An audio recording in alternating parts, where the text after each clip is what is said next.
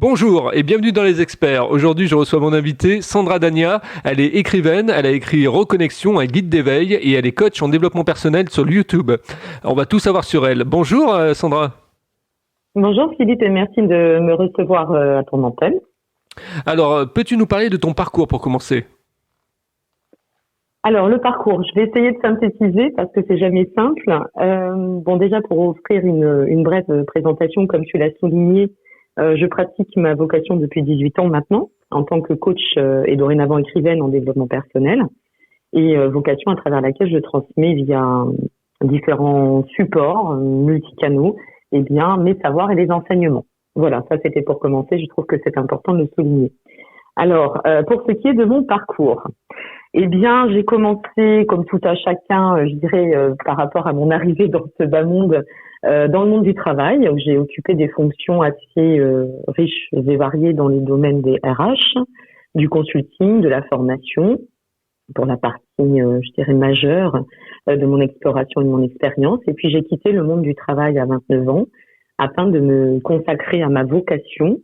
Et pour ce qui est de l'exploration et de ce qui m'a amené jusqu'ici, parce qu'il y a toujours ce cheminement, à la base, je dirais que ce sont essentiellement deux expériences marquantes qui m'ont instruite sur ce chemin d'évolution. La première étant une expérience de mort imminente que j'ai expérimentée à l'âge de 11 ans, vois-tu, et qui, du haut de ma jeunesse, s'est avéré le point d'ouverture sur la suite et pour la suite. Et puis, à travers cela, j'ai continué à parcourir cette exploration sur la découverte des rencontres, y compris et surtout au demeurant, ça a été le deuxième rendez-vous, le grand rendez-vous de ma vie, des travaux de Carl Gustav Jung, je pense que tu connais. Oui, bien sûr, oui. Qui se sont avérés des travaux très révélateurs, entre autres le livre Métamorphose de l'âme. Et c'est un personnage en fait qui va devenir pour moi un peu mon premier guide sur ce chemin d'exploration et éclaireur manifeste pour la suite de mon évolution. Donc j'ai commencé à étudier à 21 ans les travaux de Jung et puis j'ai entamé donc à l'issue de quoi une supervision psychanalytique qui m'a conduite ensuite sur des enchevêtrements de circonstances et de synchronicité et m'amène progressivement jusqu'à ce jour à contribuer à travers ma vocation dans l'accompagnement de l'être humain sur sa voie de l'éveil et de l'évolution. Voilà, donc c'est un parcours qui a été, somme toute, je dirais,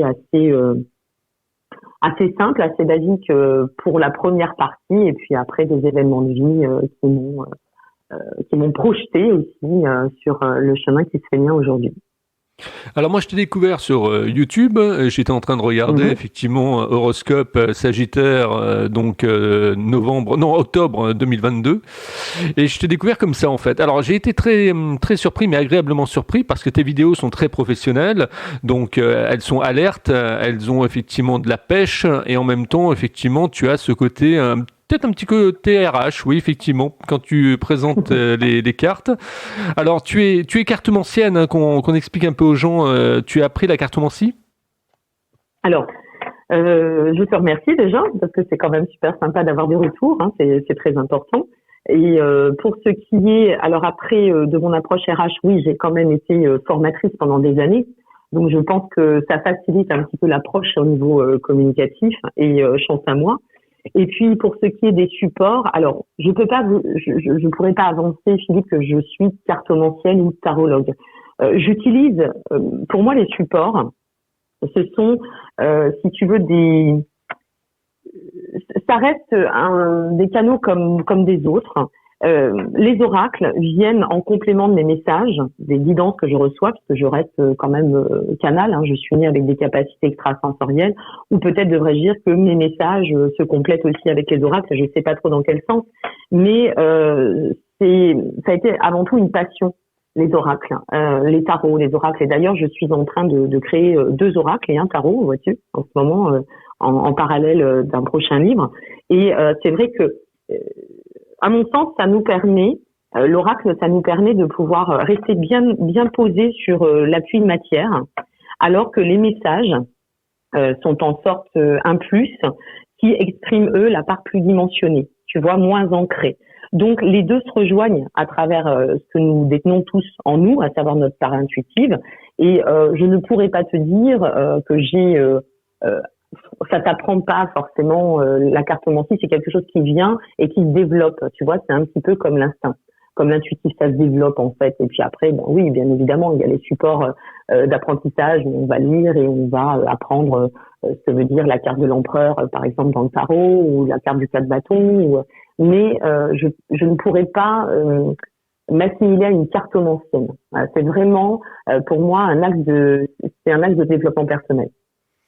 Alors, c'est vrai que les vidéos que tu fais, c'est pas des petites vidéos au niveau des vues, hein, parce que effectivement, tu as 7000, j'ai regardé celle de novembre, là déjà, tu as 7000 et quelques vues.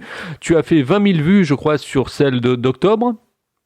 Tout à fait, oui. Donc, c'est un apprentissage aussi, ça, de pouvoir effectivement savoir comment on référence ces vidéos sur YouTube. Ça prend du temps. Ça prend énormément de temps. En effet, ça prend beaucoup de temps, mais tu sais, je crois que quand on a la chance de pratiquer une vocation et non pas qu'un métier, hein, tu vois, dans le sens bien qu'il n'y ait pas de ton métier comme on dit, mais ce temps, c'est du loisir, c'est du plaisir, c'est une émulation. Donc oui, ça me prend énormément de temps. Oui, c'est une tâche quotidienne. Entre les enregistrements, les montages, puisqu'on apprend sur le tas. Hein. Moi, j'ai pas de formation hein, là-dedans. Je me suis auto-formée, on apprend sur le tas et puis on peaufine et voilà et on devient en fait youtubeur, tout simplement. Oui, youtubeur et peut-être influenceur plus tard. Mais écoute, je commence un peu à avoir des propositions et je l'aimerais bien parce que le but c'est quand même d'être là dans le sens du partage. Donc de faire connaître les oracles, de faire pourquoi pas connaître des produits qui sont en lien avec le bien-être, c'est aussi de la solidarité et je crois qu'on est là pour ça. Enfin moi avant tout, je suis là pour ça. Donc j'espère pourquoi pas un jour, oui.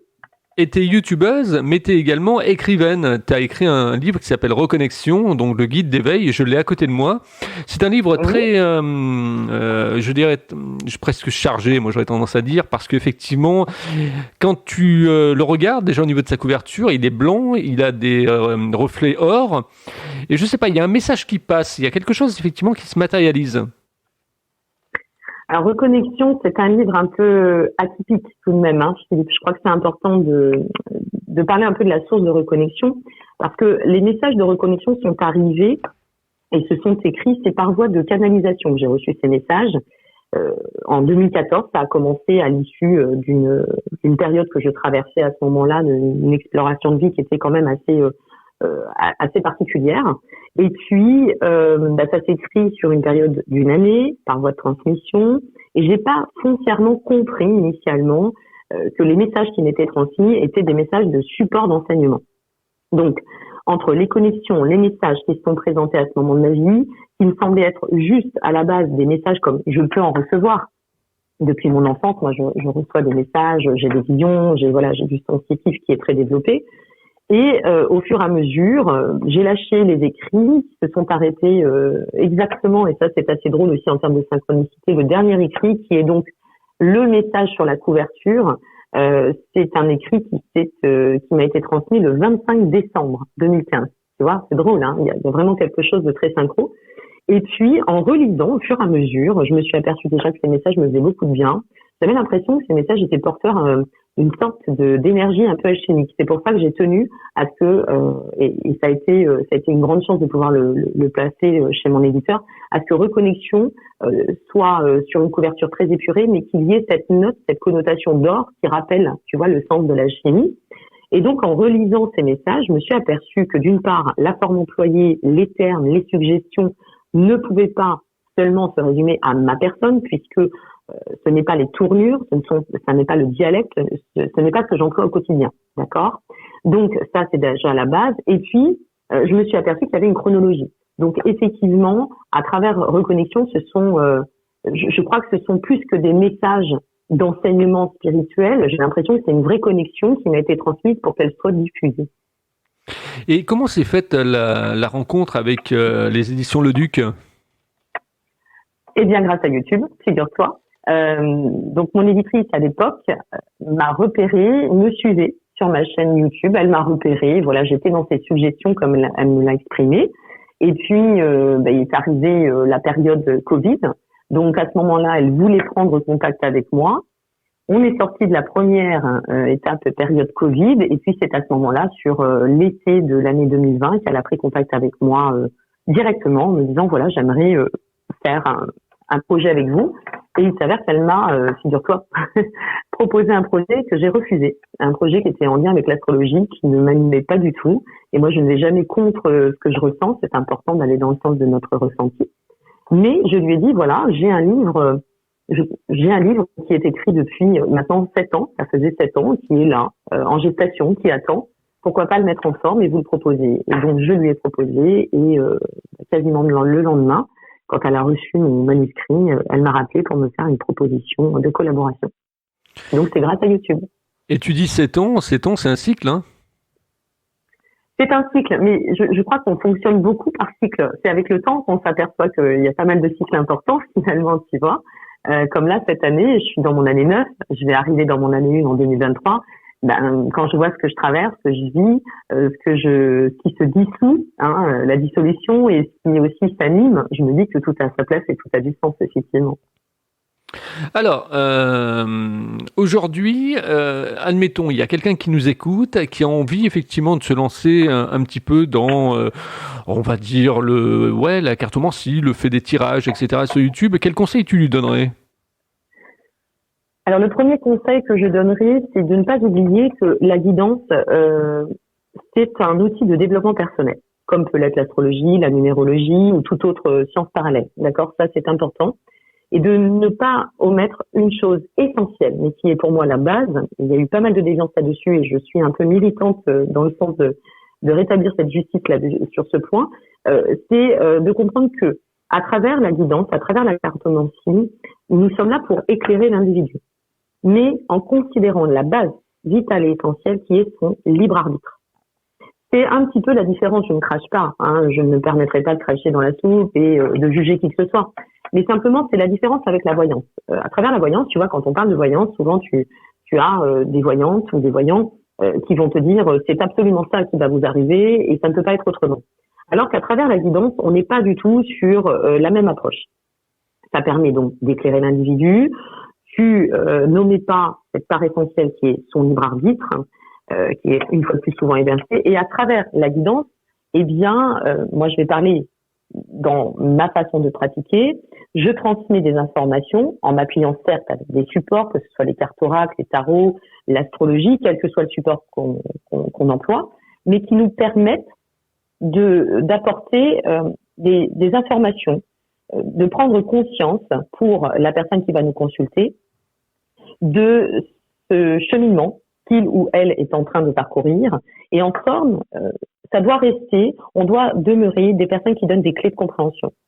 Ces clés, on leur transmet, d'accord, avec une vision et par une vision globale. Et après, eh bien, c'est eux qui verront quelles portes ils vont ouvrir tout au long de leur chemin d'évolution. Donc, ce qui est important, c'est de ne pas oublier que ce qu'on sait, c'est qu'on ne sait rien. On en apprend tous les jours. Je crois que la règle de l'humilité dans nos vocations est essentielle, de faire attention aussi à cela. Et puis, surtout, d'adopter une pratique, quel que soit le support, bienveillante. Ça, c'est essentiel. Alors, on va rentrer dans l'interview immersive un petit peu pour que les gens comprennent comment tu fais. J'aimerais te poser une question concernant tes débuts sur YouTube. Je suppose que tu regardais tes vues effectivement comme le Messie un petit peu. C'est-à-dire qu'on se dit ah bah ouais tiens il faut que ça monte, il faut que ça monte. Pas du tout. Pas du tout. Mais alors, pas du tout. Tu vois, c'est drôle. C'est intéressant d'ailleurs. Non, pas du tout. Moi, j'ai créé cette chaîne YouTube parce que mes proches, mes amis, qui me connaissent très très bien, je vais vraiment parler de mon cercle intime, me disaient depuis 4 ans, 5 ans, 6 ans, mais pourquoi tu te mets pas sur YouTube? Et je n'osais pas. J'avais créé, et j'ai toujours un annuaire, voilà, je crée plein de choses, je dirais derrière la scène. Donc j'ai créé un annuaire sur Facebook, entre autres, qui recense près de 8000 praticiens dans le monde entier, qui s'appelle l'annuaire bien-être, thérapie alternative et médecine douce. Et en fait, j'offrais mes contributions comme ça, à aider, à accompagner. Et puis je faisais un peu mes petites activités dans mon coin. Et un jour, c'est parti d'un pari. YouTube est parti d'un pari, vois-tu. Et j'ai une copine qui m'a dit, écoute, je te parie, t'es pas pas cap, chiche pas chiche. Et voilà, YouTube est arrivé. Et je n'étais pas, mais alors du tout, je ne m'attendais pas du tout à rentrer dans cette dimension. J'en suis presque à 30 000 vues, là, quasiment, enfin je dirais que d'ici une semaine, on y sera à peu près, vu la moyenne d'évolution. Et je n'étais pas du tout axée sur le chiffre, le nombre de vues. Je m'attendais à faire finalement, à animer cette chaîne en dilettante. Et puis après, je me suis prise au jeu. Ça m'a énormément plu. Et quand je vois les commentaires, tous les retours et tout ce que ça peut apporter en termes de contribution envers mon prochain, bah, je me suis dit qu'il fallait absolument pas passer à côté, que je n'étais pas là par hasard. Et quel était l'enjeu de ce pari? C'était juste un pari de chiche ou pas chiche. D'accord. En fait, il n'y avait aucun enjeu. C'était de dire, oui, toi, tu fais toujours pour les autres. Bon, il y avait un petit peu de ça. C'est vrai que j'ai beaucoup accompagné mon prochain, mais moi, ça fait partie de ma quête. Donc, je suis pas regardante sur ce que je peux apporter en termes d'accompagnement. C'est mon cheminement. C'est ma quête. Elle est ce qu'elle est. Et donc, cette amie me disait, bon, bah, c'est bien, mais qu'est-ce que tu fais pour toi? Et à ce moment-là, je lui disais, ben, je fais plein de choses. Et puis, elle m'a dit, ouais, tu fais plein de choses, mais tu te mets pas en avant. Et moi, c'est vrai que ça peut paraître bizarre puisque je reste youtubeuse. On me voit maintenant sur l'écran beaucoup plus, en plus du fait du livre, de la sortie et de l'évolution. Mais je reste quelqu'un de très pudique. Je reste quelqu'un de très intimiste. Hein, il faut pas croire. Le plus grand des humoristes demeure en général quelqu'un de très timide. Ben, c'est un peu ça l'idée. Et donc là, j'ai fait un énorme pas pour ce qui est de me mettre au devant sur YouTube. Donc l'histoire part de là. Voilà. Et donc tu t'es équipé, tu as essayé de choper effectivement un bon micro, tu as essayé de faire du montage, choses comme ça. C'est chronophage hein, quand même tout ça. Alors j'ai bidouillé comme je pense tout le monde au début. Et puis après j'ai été chercher l'information. Tu sais, on regarde aussi les autres chaînes, bien évidemment, hein. Et je découvrais certains micros. Alors j'allais chercher l'information micro pour enregistrement de vidéo. Après j'ai regardé des tutos pour ce qui est de la réduction du bruit. Après j'ai quand même fait appel puisque avec le livre j'ai pris ça a pris une autre dimension hein, si tu veux tout cela. Donc j'ai dû faire appel à une community manager qui m'a énormément apporté en termes d'apprentissage de connaissances. Et puis j'ai bidouillé. Après, je me suis acheté un trépied. Ensuite, je suis allée sur une application pour faire des montages. Et voilà, j'ai appris sur le tas simplement. Hein. Je crois que c'est comme l'école de la vie, ça s'apprend sur le tas. Oui, et puis il y a un livre que tu pourras lire, que j'ai interviewé d'ailleurs, Jean-Baptiste Viette, qui est directeur des contenus Orange sur la plateforme Orange et qui a écrit Tous influenceurs. Je t'invite à lire ce livre. Ah, super, merci pour l'information. Ouais, ça doit être très, très enrichissant. Et je crois qu'il a raison, ce monsieur. J'ai écouté beaucoup de tes émissions, mais je n'ai pas écouté celle-ci et je m'en ferai un plaisir. Je crois qu'il a raison. Je crois que à notre échelle, on est toutes et tous influenceurs. Il a tout à fait raison. Et qui plus est, quand on devient ce que l'on nomme des personnages réseaux, publics, médias, je ne sais pas comment on peut les cataloguer, mais c'est vrai, c'est tout à fait vrai. C'est juste. Alors, comment tu as fait pour monter tes abonnés sur YouTube? Parce que ça aussi, c'est quelque chose qui est un véritable sésame pour les gens qui nous écoutent. Comment tu as réussi à faire monter tes abonnés? Je n'en ai aucune idée. Je crois que je suis juste restée moi, authentique, comme je le suis avec toi. Je le suis avec toi comme je le suis avec mes abonnés.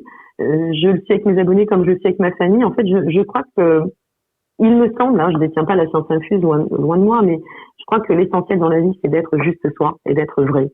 Et ça plaît parce que ça vient toucher la part authentique de celles et ceux qui t'observent et qui te regardent. Et je reste vrai et je transmets avec foi, avec amour. Et je crois que c'est ça qui vient toucher finalement l'auditeur. Et tu as beaucoup d'engagement avec ton audience, avec tes abonnés, c'est-à-dire qu'effectivement, tu connais peut-être pas tous sur le bout des doigts, mais disons que ce que je veux dire par là, tu discutes avec eux régulièrement, tu prends un peu les feedbacks, tu essayes de t'améliorer au fur et à mesure de ce qu'ils disent. Alors, je reçois pas. Au début, j'ai reçu pas mal de conseils. Moi, j'aime bien l'approche de la critique qui est constructive, tu vois. Je trouve que c'est intéressant et important. Ça fait évoluer, effectivement. Alors, je m'emploie à quelque chose de. Pour moi, c'est le gouvernail. Si j'en suis là, c'est parce qu'ils sont là. Donc, j'essaie, et ça se passe souvent quand je vais me coucher, je prends 1 heure en général le soir de mon lit, parce que j'ai pas le temps en journée, c'est vraiment des journées très chargées, mais je m'emploie à attendre que les flux de commentaires s'espacent, et même si j'en ai 400, 500, 600, 800, je suis même montée à 1000 pour certaines périodes, eh bien je m'emploie à répondre à tous, à envoyer un petit mot, à lire tous mes commentaires, et puis à répondre à tous les mails qui m'arrivent. Je réponds. Je m'octroie du temps pour leur offrir à mon tour le remerciement qui leur est alloué finalement, parce que sans cela et sans eux, Sandra Daniel ne serait peut-être pas ce qu'elle est aujourd'hui. Donc voilà ce que je pratique au quotidien. Tu travailles également tes vignettes, c'est-à-dire effectivement la façon de pouvoir capter l'œil du spectateur. Je change au gré de mes envies, Philippe. Mes vignettes, c'est un peu comme, je sais pas, quand je me lève, j'ai envie d'aller marcher, j'y vais. J'ai pas envie de faire de sport, j'en fais pas. J'ai envie d'en faire, j'en fais. J'ai envie de boire un café ou un thé, j'alterne. En fait, ça dépend de mon humeur. Mais je mets juste une chose, c'est que j'ai compris, et ça c'est ma community manager que je remercie, qui m'a apprise à me placer en termes d'image. C'est-à-dire que initialement, on voit l'évolution. D'ailleurs, sur ma chaîne, si tu veux regarder, tu t'amuseras. On voit que je suis passée à des vignettes où on ne voyait quasiment pas, à des vignettes où maintenant on voit la personne. Et je crois que c'est important pour l'identifier, effectivement. Ça permet de gagner du temps à l'abonné aussi. Donc je place mes vignettes comme cela, tout simplement. Oui, puis ça travaille ton branding en même temps. C'est-à-dire que c'est ce que tu disais tout à l'heure. Tu avais peur tout à l'heure, et puis maintenant, effectivement, tu t'affiches. Oui, voilà. Alors ça, oui, ça m'a beaucoup aidé. J'ai eu de beaux accompagnements à ce niveau-là, et de beaux soutiens aussi de mes proches, parce qu'une fois de plus, ça paraît pas, mais ça a été un exercice conséquent pour moi. Et aujourd'hui, oui, ça y est, j'assume, et je pense que le livre, de toute façon, finalement, c'est le livre, je crois, qui ne m'a pas vraiment laissé le choix. Tu vois, au final, c'est le livre qui a poussé une porte et qui a dit, bon, alors maintenant, allez, on te pousse derrière et tu y vas. Donc, ça y est, c'est bon. Mais ça ne veut pas dire que je ne sois pas en manque de pudeur derrière l'écran, malgré tout. Tu discutes, tu reçois effectivement du courrier par rapport au livre justement de tes lecteurs. Tu as fait des dédicaces, tu t'es rendu sur place dans des librairies. Pas suffisamment à midi, voilà, pour diverses raisons. Je pouvais pas être partout non plus, donc je serais ravie de pouvoir bouger sur la France et aller à la rencontre des personnes de mes lecteurs, des personnes qui me lisent. J'ai fait des dédicaces effectivement ici et là. J'ai eu à en faire. Je reçois j'ai reçu pas mal de témoignages, oui, surtout par mail, pas forcément par courrier, mais par courrier mailing. Et puis aussi pas mal de personnes qui sont sur les réseaux et qui viennent me retranscrire et qui sont des abonnés entre autres Instagram et YouTube et qui viennent me retransmettre ce qu'a pu leur apporter la lecture de reconnexion et la contribution que ça a offert dans le cadre de leur cheminement. Quel est le réseau social que tu aimes utiliser et pourquoi ? Alors, tu parles à une poisson ascendant balance. Tu me demandes de faire un choix. C'est très compliqué pour moi, Philippe. Donc, le réseau social, je crois qu'il y en a 2. Voilà, je vais te donner les 2 parce que je serais incapable de faire un choix dans le sens où il y a un réel enrichissement et une vraie interaction, c'est Instagram et YouTube. Et je viens depuis 2 jours de lancer TikTok. Donc, je pourrais te donner plus tard, si tu veux, mon expérience sur TikTok. Mais là, Instagram et YouTube, c'est vraiment les 2 réseaux que j'affectionne particulièrement. C'est vrai que TikTok, elle va en poupe, mais bon, c'est de la vidéo verticale, c'est une autre façon effectivement de travailler, une autre approche, des vidéos courtes, dynamiques, très denses. Et puis bon, il y a des filtres, on peut faire des tas de choses avec TikTok, mais moi j'y suis pas encore, tu vois, sur TikTok. Il va falloir que je m'y mette, mais j'y suis pas encore. Mais oui, il faut s'y mettre. Moi j'y vais dans le sens, je sais pas, TikTok, je le prends dans une approche effectivement peut-être plus aérée, bien que de toute façon je m'amuse derrière l'écran. Quand j'ai envie de bugger, je bug. Quand j'ai envie de rire, je ris. Et quand c'est plus profond, ça l'est aussi. Mais l'intérêt de TikTok, en fait, c'est de partager pour moi, tu vois, des séquences de mes vidéos YouTube, parce que je sais qu'il peut y avoir des abonnés sur un Instagram, par exemple, qui ne sera pas sur TikTok, un TikToker qui va être plus sur Facebook, mais qui ne sera pas forcément. Donc c'est pour ça que j'essaye d'alterner pour que je puisse, surtout dans l'intérêt de transmettre et de partager auprès du plus grand nombre, parce que moi, c'est ça qui m'anime avant tout. Allez, je vais te poser la question marqueur des experts. On a 24 minutes et 45 secondes. Comment tu trouves ma façon d'interviewer les gens, Sandra? Chaleureuse, bienveillante. Je t'ai dit que j'allais te répondre vraiment spontanément selon les questions. Donc chaleureuse, bienveillante. Tu as une voix très enjouée. Moi, j'ai beaucoup aimé ton approche très solaire, simple. Ça résonne pas mal avec mon authenticité. Et voilà, et je te souhaite vraiment sincèrement de pouvoir développer ton antenne parce que je trouve que c'est très intéressant et très diversifié. Et je trouve ça bien que tu puisses aussi faire appel, interviewer des personnes qui, comme moi, sont pas forcément sur le tout devant de la scène, mais qui méritent d'être connues, tout simplement. Voilà. Et tu vois, ton éditrice t'a trouvé sur YouTube. Moi, je t'ai trouvé sur YouTube également. Donc, je pense qu'il y en a d'autres, effectivement, qui vont aller regarder sur YouTube tes guidances parce que c'est riche d'enseignements. Donc, j'invite tout le monde, toutes les personnes qui écouteront cette interview à aller effectivement sur YouTube, à taper Sandra Dania et vous allez pouvoir trouver ça sans aucun problème. Ou alors, vous tapez horoscope, votre signe du zodiaque et puis, effectivement, l'année et vous allez voir, vous allez tomber dessus sans aucun souci, quoi. C'est très bien référencé. Oui, mais après c'est les algorithmes, ça on cherche pas vraiment, on peut pas faire grand chose là-dessus. Mais en effet, si tu tapes de toute façon Sandra Dania, ne serait-ce que sur Google, je suis référencée sur tous les réseaux et on peut trouver aisément ma chaîne, y compris sur YouTube, Instagram, voilà, sur tous les réseaux possibles. Tout à fait. Alors il y a un réseau que t'as pas évoqué, c'est Facebook. Et je trouve que de plus en plus mes invités et puis les gens que je rencontre utilisent de moins en moins Facebook. Tout à fait. Alors, ce que je partage sur Instagram, j'ai peut-être pas évoqué Facebook. Je peux pas te dire que je ne l'utilise pas. J'ai une page professionnelle et personnelle, mais professionnelle Facebook, et puis j'ai aussi cet annuaire dont j'ai fait référence. Mais ce que je partage sur Instagram est partagé automatiquement avec Facebook du fait que j'utilise une application qui appartient à Facebook et qui fait partager toutes les publications sur les deux. Donc en fait non, je suis un peu moins sur Facebook parce que je suis plus sur Instagram et qu'il y a une interaction entre les deux, tout simplement. Oui, et puis la portabilité de Facebook est réduite de plus en plus, comme peau de chagrin. Oui. Donc tout à fait. C'est un réseau social qui commence à mourir un petit peu de lui-même, quoi. Je trouve aussi. Je trouve que c'est si tu veux, on passe, on est un petit peu, on est revenu un peu au mode de locomotive avec Facebook. Bon, après, ça reste utile et il y a des abonnés Facebook qui n'auront pas Instagram, qui n'auront pas TikTok, mais oui, ça reste là maintenant, ça s'essouffle un peu, c'est vrai. Et puis on va terminer avec le réseau social que j'ai gardé pour la fin, c'est LinkedIn. Alors LinkedIn, c'est un réseau pro. Effectivement, quels sont les contacts que tu peux avoir sur LinkedIn? On est curieux de savoir. Les contacts sur LinkedIn, oui, ils sont assez variés, mais je dirais dans l'ensemble, alors j'ai pas beaucoup de contacts sur LinkedIn parce que figure-toi, j'avais supprimé ma première fiche, et puis j'y suis revenue quand j'ai relancé le livre, donc j'ai pas vraiment beaucoup de contacts, mais par contre des contacts qui sont en lien avec des influenceurs, des youtubeurs, des artistes, tout ce qui va être en lien avec la littérature, effectivement l'art, le journalisme. Et les radios aussi, Radio-Canada entre autres, tout ce qui va être presse.